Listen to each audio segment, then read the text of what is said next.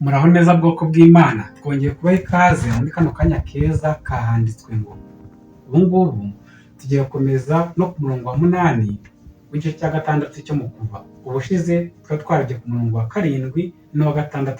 Twabonye uburyo Uwiteka Imana haye Abisirayeli isezerano yuko azababera Imana. Gusa twabonye ukuntu natwe ubwo kwizera Uwiteka Imana ari Imana yacu. Twabonye isomo rikomeye ryo mu Byahishuriwe 21 ku murongo waho wa 7, uburyo umuntu wese unesha akagira kwizera gushyitse yuko Uwiteka Imana ari Imana ye. Ubu ngubu tugiye gukomeza ku murongo wa 8 wo mu Kuva icyo cyaho cya 6. Dusenge. Data wera uri mu ijuru, tugushimiye uyu mwanya mwiza duhaye wo kwiga ijambo ryawe. Muri handitswe ngo uyu munsi tugiye kureba mu Kuva 6 umurongo wa 8. Ni karibu ngo utuyobore kandi ijambo ryawe abe ari kuridusobanurira. Tugusabye twizeye mu izina rya Yesu, amen. Mu Kuva 6 ku murongo wa 8 handitswe amagambo agira ati: kandi nzabajyana mu gihugu namanikiye ukuboko yuko nzagiha Aburahamu na Isaka na Yakobo, nzakibaha kuba ibiragwa byanyu, ndi Uwiteka. Kubw'itegeko ry'Imana ni amagambo tugiye kureba mu bimenyetso by'ibihe ku wa 10 Nzeri mu cya 896. Cyakora bikaboneka no mu gitabo cyitwa Reflecting Christ page ya 354. Hari amagambo akurikira ayo tugiye kurebera hamwe agira ati: kubw'itegeko ry'Imana Abisirayeli bajyanywe i Refidimu, ahantu hatarangwaga amazi. Uwari mu nkingi y'igicu niwe wari ubayoboye, kandi bakambitse aha hantu kubw'itegeko rye. Imana yari izi ko i Refidimu nta mazi ahari, nyamara yahajyanye ubwoko bwayo kugira ngo igerageze kwizera kwabo. Ariko mbega uburyo bagaragaje ko ari abantu Imana itashoboraga kwiringira. Ni ukuvuga Imana yabagejeje Refidimu ibizi yuko nta mazi ahaba, ariko kwari kugira ngo isuzume, igerageze ukwizera kwabo. Ibyo ngibyo kuri bo byari kubabera inyungu, ariko bagaragaje neza yuko atari abo kwiringirwa.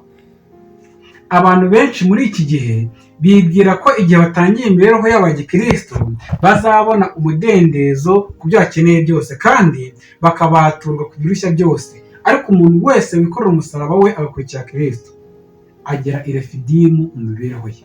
Ni ukuvuga umuntu wese yemeje gukurikira Kristo, byanze bikunze mu mibereho ye ahura n'ibigeragezo. Niyo mpamvu igihe cyose umuntu avuze ko akunda Kristo, igihe cyose umuntu avuze ko yiyemeje gutera intambwe agera ikirenge mu cya Kristo, akwiriye kugira imibereho ishyitse yo gusenga no kubana n'Imana kugira ngo ahakure imbaraga zimubasha gutsinda ibigeragezo bimutegereje.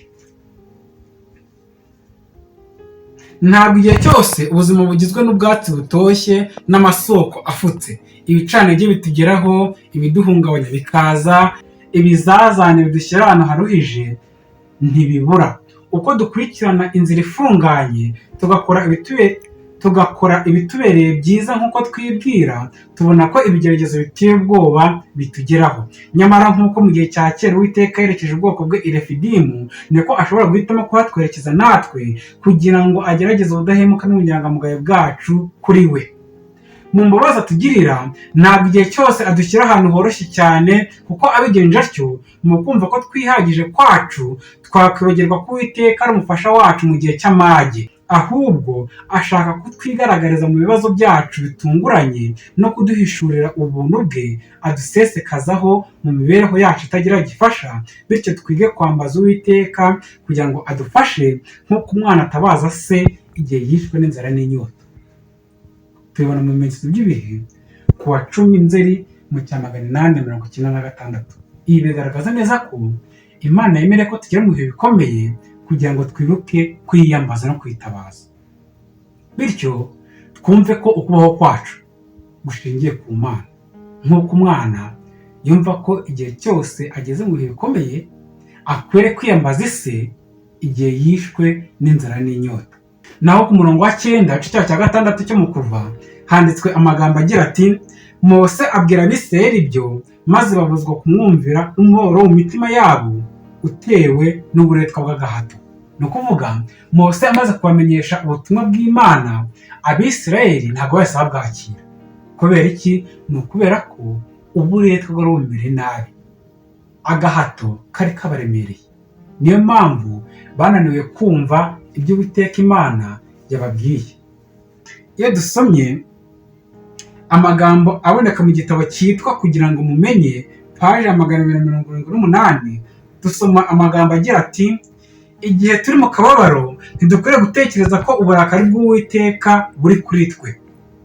Hari igihe umuntu ahura n'imibabaro agatangira akikeka ati wasanga nahemukiye Imana, wasanga mfitanye ibibazo n'Imana. Ariko hari n'igihe bikubaho uri umwere, hagiye kubaho uri umwere rwose. Niyo mpamvu dukwiriye kuzirikana neza yuko ibitugeraho byose akenshi ntabwo ari uko Uwiteka Imana aba yaturakariye. Imana idushyira mu bigeragezo kugira ngo dushobore kuyegera. Umunyezaburi aravuga ati: amakuba n'ibyago by'umukiranutsi ni byinshi, ariko Uwiteka amukiza muri byose. Biboneka muri Zaburi 34 ku murongo wa 19. Uwiteka ntatwifuriza ko tubudikwaho n'igicu, ntatwifuriza kugendana umutima ushenguwe n'agahinda. Imibereho yacu ntitugomba kwibonamo amahwa n'ibitovu. Ubundi ntabwo Uwiteka Imana yifuriza ikibi rwose abantu be. Biboneka mu maganya ya Yeremiya 3:33. Uwiteka Imana ntabwo yifuza ko abana be bagerwaho n'ibibi, ahubwo igihe cyose Uwiteka Imana yifuza yuko duhorana umunezero, kandi natwe dukwiriye kumwiringira. Hano barakomeza muri iki gitabo cyitwa Kugira ngo mumenye, amagambo agira ati: ahubwo dukwiriye kujya mu murima w'ijambo ry'Imana, maze tugasoroma indabyo n'amaroze ahumura neza y'amasezerano y'Imana. Abantu bahoza amaso ku birushya byo mu mibereho yabo bazaganira ibyo gushidikanya n'ibicantege ko badahanga amaso Yesu, umwana w'intama w'Imana ukuraho ibyaha by'abari mu isi. Dukwiriye kugumisha imitima yacu ku rukundo, imbabazi n'ubuntu by'Imana yacu. Kuba duhura n'ibicantege n'ibidutera gushidikanya si ikimenyetso cy'uko Kristo yaturetse. Kuba duhura n'ibicantege ndetse n'ibidutera gushidikanya ntabwo ari ikimenyetso cy'uko Kristo yaturetse, kuko ibyo ngibyo bihora bibaho mu mibereho yacu ya gikristo. Imibabaro itugeraho kubw'ubuntu bw'Imana kugira ngo dushobore kubona ko Kristo ari umufasha wacu, kandi ko urukundo n'ihumure biri muri we. Biraboneka mu gitabo cyitwa Kugira ngo mumenye, paje ya 278.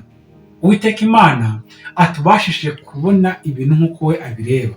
Tubona yuko igihe duhuye n'ibigeragezo n'akaga ko bidaturuka ku kuba Imana yaturakariye, ahubwo ibyo ngibyo bibaho mu mibereho yacu ya gikristo, kandi Imana yemera yuko bitugeraho kugira ngo turusheho kuyegera. Imana itubashishe kurushaho kuyegera mu izina rya Yesu. Dusenge. Data wa twese uri mu ijuru dukunda, tugushimiye cyane ubuntu bwawe n'imbabazi zawe, tugushimiye cyane ijambo ryawe wemeye ko ritambuka, utubasha kugira nyambere igihe duhuye n'ibigeragezo bikomeye, ingorane n'akaga, twe kwiganyira ahubwo tuguhanga amaso, ude kugendana nawe no gukoresha ishimwe nawe mu izina rya Yesu. Amen.